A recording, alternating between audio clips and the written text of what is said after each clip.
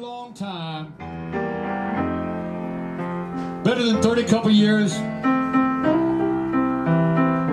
And I'd be lying if I said that all those things you hear about road musicians and what they do. Oh God, yes. Well, I tell you, yeah. I've done a lot of things, been a lot of places. And I've met some beautiful ladies. Of course, when you go around singing songs about midgets and Mennonites and Waffle Houses, quite often that's about all you do is meet beautiful ladies. But every now and then, back in the day, I'd get lucky and the bipolar daughter of the local sheriff would have pity on me. And Lord, do I wish I was kidding. Shut up. And my mind would go back in time to my fourth wife. My fourth wife was a 6'5" ex-professional coleslaw wrestler with multiple body piercings by the name of Miss Roberta. Really? I met that woman in the town of Chromosome, North Carolina. Now, some of y'all have never been to Chromosome, North Carolina, but you know the kind of mean little hillbilly towns I'm talking about. One of them towns where men are men and four-legged farm animals better be quick after dark. The mayor drives a gray El Camino and folks start making love on a hot summer night. They call it relative humidity. I remember the day she walked into that laundromat in those white go-go boots, looking like an anaconda with a nerve condition. I looked at that woman in her good eye. I said, I love you. She had a mouthful of Debbie snack cake and hadn't put in her false teeth, so she said, hi-ho. And I said, listen, baby, if you stick with me, I'll be the one that runs up and down the road making a fool out of myself, and you don't have to ever get in the tub of that nasty coleslaw again. So we ran down to the courthouse and got married and moved into the Bullwinkle trailer park right there.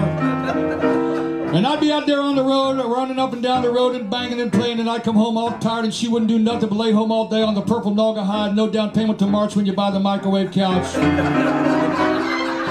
False teeth laying in the Pedro south of the border hat ashtray. Can I get an amen? Snuck it on a Debbie snack cake. I come in all tired and wore out, and she would look up at me with a good eye, and she'd say, hey. Now, ladies out there tonight, just to add to the story a little bit, let me hear you give me a nice, sexy, hey. Yeah, there you go. One more time, ladies, let me hear you say, hey. See, now, fellas, under this circumstance, it sounds good. But when the person going, hey, is a 6'5" ex-professional coleslaw wrestler and she ain't put her teeth in yet, that has a way of making you lock down and clinch factor 10, kind of like the first time you saw Oz on HBO, guys.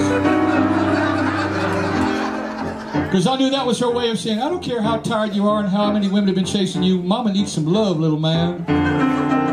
Some of y'all have been together for a little while. Some of y'all may be hooking up for the first time, and some of y'all out there tonight have been with somebody for a long, long time. You know how it is when you've been with somebody for a long, long time, no matter how good it is, no matter how much you love that person, every now and then, those flames kind of cool off. And you got to come up with little games that you play between a man and a woman to spark the fires again. Y'all know what I'm talking about. Don't look away from me when I'm talking to you. We used to have a game we called Cops. Just like that TV show, I'd be that little redneck guy with nothing but a pair of cutoffs on and the jailhouse Judas Priest tattoo with the J and the T over top of my nipples. I'd be sitting there wiping my eyes going, hey, don't hit me with that pepper spray no more. Where I'm from, a restraining order, just another way of saying I love you. She'd be dressed as the non-gender specific deputy sheriff. With and she'd be saying, Mr. Wirtz, you're going to have to calm down. And she'd grab me by the hair.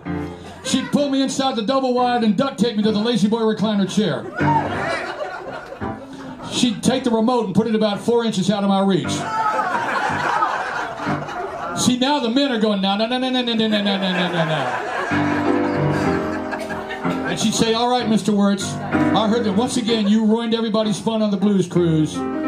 So Mommy's going to put on some special clothes for you just for the occasion. She'd reach in the closet and get out the Walmart checkout girl's outfit. She'd say, not tonight. You are a naughty little boy. So she'd reach a little further in the back and get out the Florida Turnpike toll booth operator's outfit. She'd say, not tonight. She'd reach all the way in the back and get out the 2-week-old, slightly soiled Waffle House waitress outfit.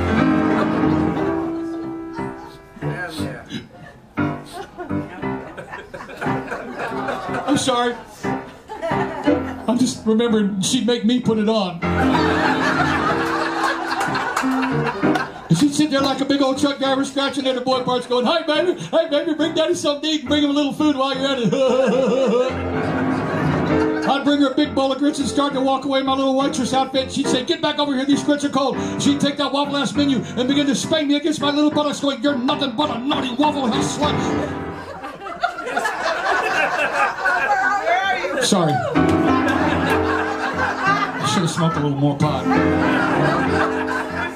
Anyway, and then things would get kind of kinky. She'd stick in her false teeth. She'd turn on the black light. She'd put that old record Surfing Bird on the turntable. She'd wait till it got to the good part in the middle and get right down in my face as I'm sitting there in my little Waffle House waitress outfit. She'd get down there and she'd start flicking the black light on and off and on and on and off, and she'd wait till it got to the good part in the middle of the song and she'd start singing along, and all you see is in false teeth under the black light going, Papa Uma Mau Mau, Papa Uma Mau Mau. She'd jump on top of the stereo and start wiggling and jiggling, and all you see is white go-go boots going like that, false teeth going like that, hold up and watch rocking back and forth, Papa Uma Mau Mau, Papa Uma Mau Mau. I'd look at her, she'd look at me, and I'd look at her, and she'd look at me, and I'd think to myself, Rev.Billy. Shit, buddy, when you got this at home, who needs acid? And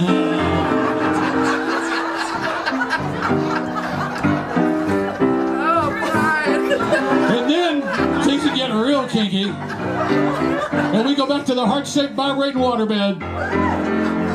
Under that black velvet painting of Elvis, Jesus, John Wayne and Dale Earnhardt, sharing that basket of crystal burgers up there in heaven.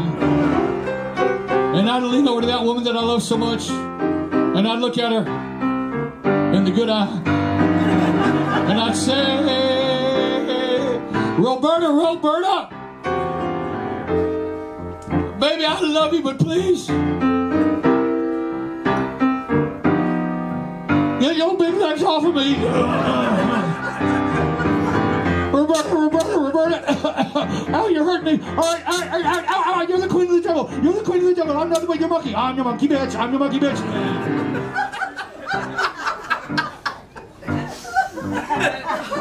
Off of me. Yeah, when you roll your big self around me. Lord, it feels so good, honey. But you just won't let me breathe.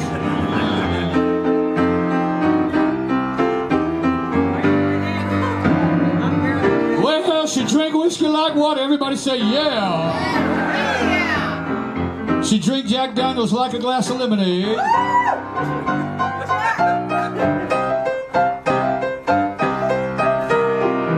She drank whiskey like water. Say, yeah. Sometimes I'd catch her sitting out in front of the 7-Eleven, chugging cherry NyQuil straight out of the bottle and eating barbecued pork rinds to get it off her breath lemonade. I regret the day I wrapped my skinny legs around the multiply pierced buttocks area. Might have been about the biggest take-back buttocks mistake I might have ever made. Oh my God, she's got the fur gloves, a large jar of hot cheese whiz, and I'm a dead man.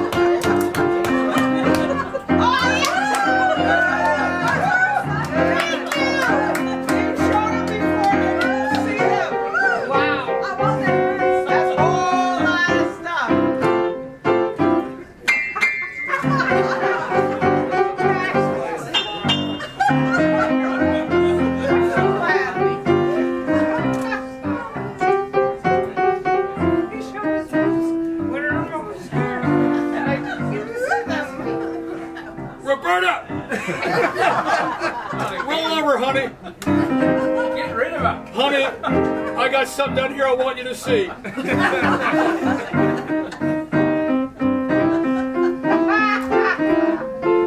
No, we all can't see it. Roberta! Wake up! We done mixed up the Viagra and the vitamin B.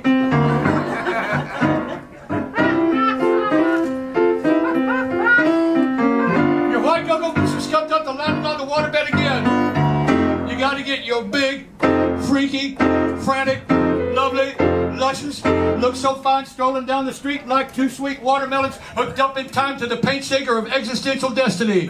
Playing the drum break, the Inagata, the Vita in the Kmart polyester hot pants with the Love Zodiac sign on the left cheek and the Love Zodiac sign on the right cheek. I don't mind the Love Zodiac sign on the left cheek. I don't mind the Zodiac sign on the right cheek. But when you get off your medication, you start running down the street and it looks like your butt cheeks are winging at one another, winging at one another, winging at one another until I get a little bit in nervous legs.